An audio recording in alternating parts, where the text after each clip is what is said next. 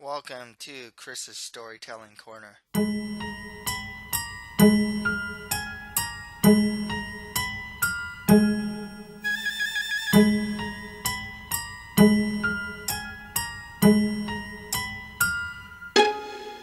This is Christopher Moldong of Chris's Storytelling Corner. Today I'm going to do a movie review for Blade Runner 2049. Next time I'll have a manga review for Skip Beat Volumes 1 and 2 and a list of the top magic users in anime and manga.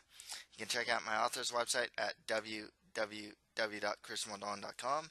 You can buy my first novel, a fantasy adventure called The Mustard Prince in the Condiment Kingdom for $4.99. Also for $2.99 you can buy my short story collection, a collection of 10 short stories in the horror, fantasy, and realistic fiction genres. Check out my Twitter page and author's Facebook page. Links to all these will be provided on the description.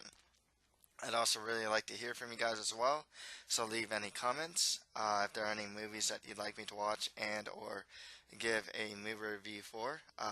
Please tell me in the comments. Make sure to subscribe and share this channel as well. So the way that this is going to work is I'm going to give a recap of the movie Blade Runner 2049, and then I'll give my thoughts on the movie, like the plot, the story, and whatnot. So let's start off with a recap of Blade Runner 2049. So in the year 2049, bioengineered humans called replicants have been integrated into society as like servants and also slaves and workers. Um, K is one of the newer replicant models, played by Ryan Gosling. He was created to work as a Blade Runner for the LAPD, who hunts down retiring rogue older model replicants. In his home life, he spends it with his holographic girlfriend, Joy, who is an artificial intelligence product of the Wallace Corporation. So, Kay investigates a replicant freedom movement, which then leads him to a farm where he retires, pretty much kills a rogue replicant, Sapper Morton, and finds a buried box buried underneath a tree. Uh, Forensics reveals that the box contains the remains of a female replicant who died as a result of complications from an emergency C-section. He finds this unsettling as pregnancy in replicants was thought to be impossible.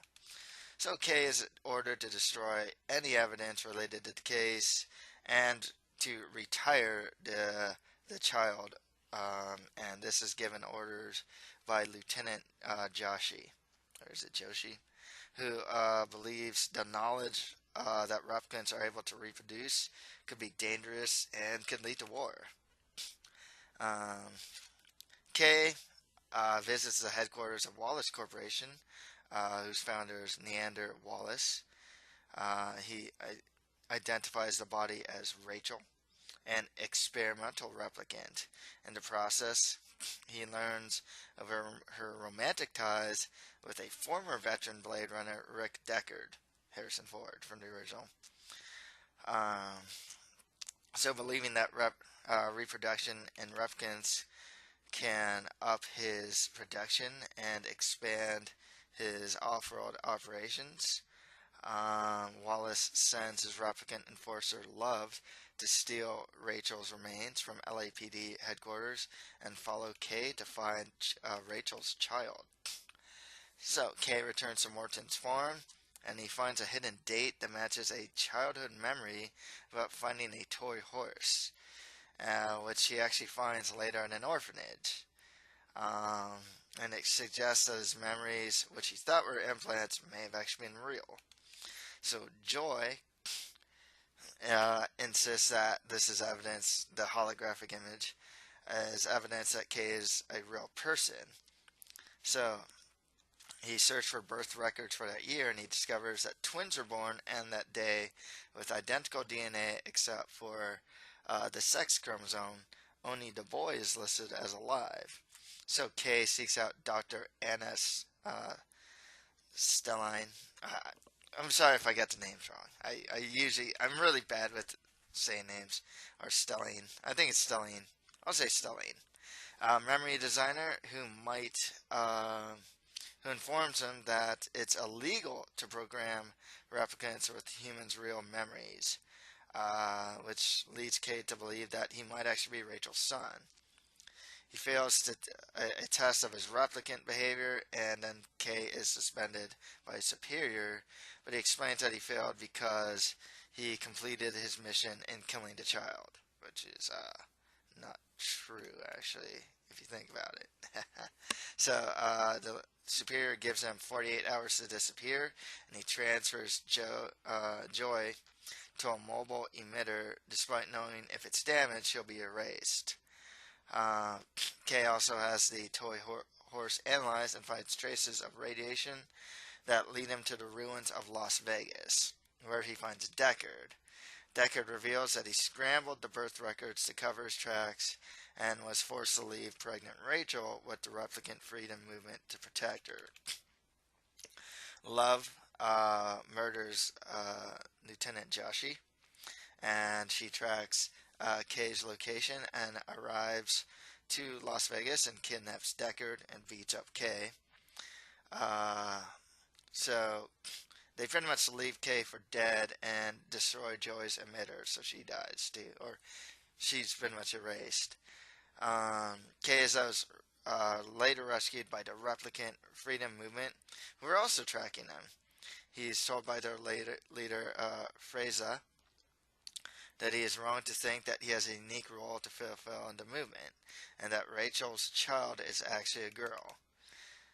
Kay deduces that Stelline is Dr. Deckard's daughter, and she's the only one capable of creating the memory and implanting it into him. Yes, which makes sense because when he visited her, she kind of just hinted at that. So Frasier wants Kay to prevent Wallace from uncovering the secrets of replicant reproduction by any means necessary. That includes killing Deckard. So back in LA, Deckard is brought before Wallace, and Wallace suggests that Rachel's feelings for him were engineered by Tyrell to test the possibility of a replicant becoming pregnant. And when Deckard refuses to cooperate, Wallace has Love escort him to off-road outposts to be tortured for information, but Kay intercepts him, fights and kills Love, and stages Deckard's death to protect him from both Wallace and the replicants. He takes Deckard to Steline's office and laments that his best memories belong to her. Deckard then enters the office and approaches Stelline, but you see Kay, he is badly wounded in the battle against Love, pretty much succumbs to his wounds, lies down on a stairs, and presumably dies. So some thoughts. First of all, I like the movie. I like the movie quite a bit. It was a bit slow for me though. I was expecting and long. I was kind of expecting it to be something to that, to be like that. You know, I knew how long this movie was going to be, so that kind of brings it down. It's not to everyone's taste because of the pacing. Action is sparse, but it's good when they have it. Acting's great. Mood, atmosphere is great too. I'd give it like a B plus, A minus, to be honest with you. That was really good. Certain things that made this really good. One thing that makes this really good. It really felt like science fiction. In a day of age where we're mixing what science fiction is in a sense. Like, I remember I was talking to someone, and it's like, yeah, you know, Star Wars is set in, for example, Star Wars is known as sci-fi. But it's like, well, it's actually fantasy if you think about it, just set in the sci-fi world. And there's a lot of that type of science fiction these days. I thought Valerian was like that too. It's one of the most recent sci-fi flicks I saw. I was like, yeah, it's set in a sci-fi world, but it didn't have a real true sci-fi feel. It actually just felt like more like fantasy.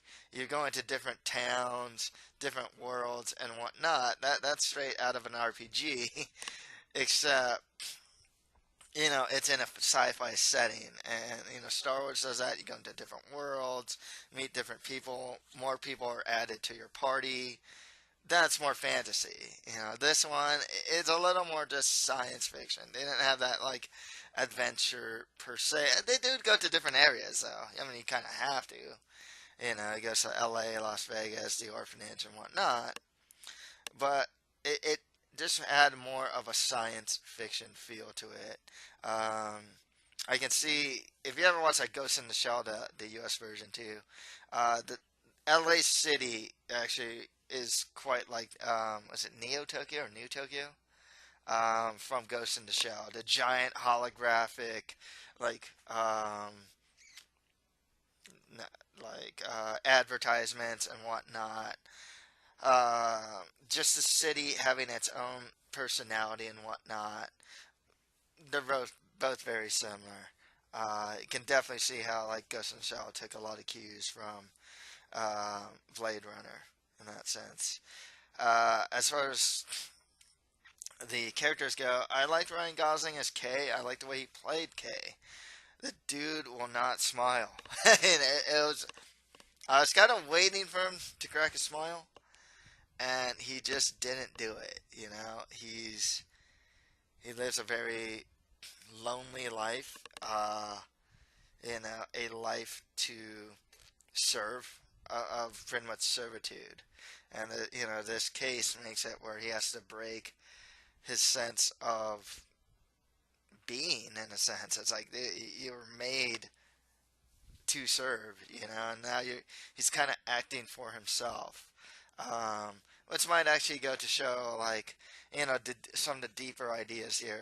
Are these replicants like human in a sense? Like, yeah, he kind of did things out of free will in a sense. So maybe in that sense, K indeed was human and not just some sort of replicant who's just there to do his duty and whatnot and act like a human but not necessarily be a human.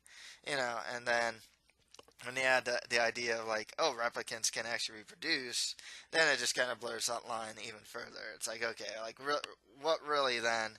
This guy's acting within free will, and there's potential to reproduce.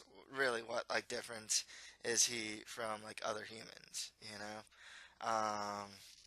One thing that's got to be said about this movie too, it's very minimalist. There just aren't a lot of characters. There isn't a lot of dialogue per se. I mean, the dialogue is it's there. Sometimes it's philosophical, but it's everything's subtle. Nothing is um, too pronounced. I guess it's just, in my opinion, it was everything was a bit like minimalist in a way that like the amount of characters they had, the dialogue, and whatnot. Not to say that the actual setting and everything, wasn't minimalist. Obviously, L.A. was expansive, so was where they were in Las Vegas or some of the locations that they go to. That was quite, the settings were quite expansive, but the way the story was made, you know, um, was just as far as like dialogue goes, amount of characters. I said it was subtle. I might have to rethink that. It may have actually been. Some things weren't said, but some things seemed a bit straightforward. And what? Yeah, nah. I'd have to rethink that actually. Now that I think about that, not it being minimalist. I thought it was totally minimalist, but whether it's like subtle or more straightforward. It's good to see Harrison Ford to be able to act the way he can at his age. He still emits, a certain type of emotion and whatnot that others just cannot do. Um, it's just cool that the original guy from the original Blade Runner was there, and he played a very important role as far as the story goes. It was kind of neat seeing him fight Ryan Gosling or Kay to pretty much no avail, but he's still him from the original. Lieutenant Joshi. So what's funny with Lieutenant Joshi, and why I said the subtle versus pronouncing is, talking to a friend about her. It's like, I mentioned, yeah, it's so minimalist. It's like, yeah, like I can't tell if she's hitting on him, hitting on Kay, and likes him or not. Yeah, like that's what my friend said, and I'm like, huh, yeah, you're right. It's like it, it's not yeah, it's not explained, but she was pretty cool. Um, the line with the pushing the flood with the broom was pretty cool. Uh, when she confronted Love, she was pretty like no nonsense. I understand her motivation, whether you agree with it or not. I understand her motivation. She wasn't like a bad guy per se. In the sense that she wanted Rachel's child to be retired. Um, but yeah, I thought she was one of the cooler characters. The coolest character, though, in my opinion, was Love. I mean, she was just this like um, strong, no nonsense, elitist uh, assassin, of a character. Um, Cruel. Uh, kills the lieutenant. Badly injures Kay. Wanted to just follow the orders of Wallace, who I thought was pretty creepy himself. Played by what, Jared Leto, right? Yeah, he was a pretty creepy dude. Love though was he was creepy, but Love carried out his will. She's the loves the angel. Like more of like an angel of death. Um, and just real unrelenting. It's like, yeah, if you gotta, if she's gotta destroy, you know, pretty much a city in a sense to complete her mission, she will. She really is a whatever means necessary type of character. Um, the overall story, it's kind of funny with the story. I liked the story. I thought it was fine. I was listening to someone and he asked the question, did it make you care? That's a really interesting observation because it was so slow moving and whatnot that I can see people just not really caring, and by the end of the movie, you're just like, oh, it's Selena all the time. That was the daughter. Okay, cool. Well, are you, like, do you care? In a sense. I just thought that was a really interesting question. I did. I thought it was cool. Everything was kind of patched up at the end. It ended in a sense that, you know, it's pretty much as close to what I would actually consider a happy ending than anything else. Um, we the mysteries were solved within the movie's story and whatnot. The characters were well established. You know, I think there was some payoff here.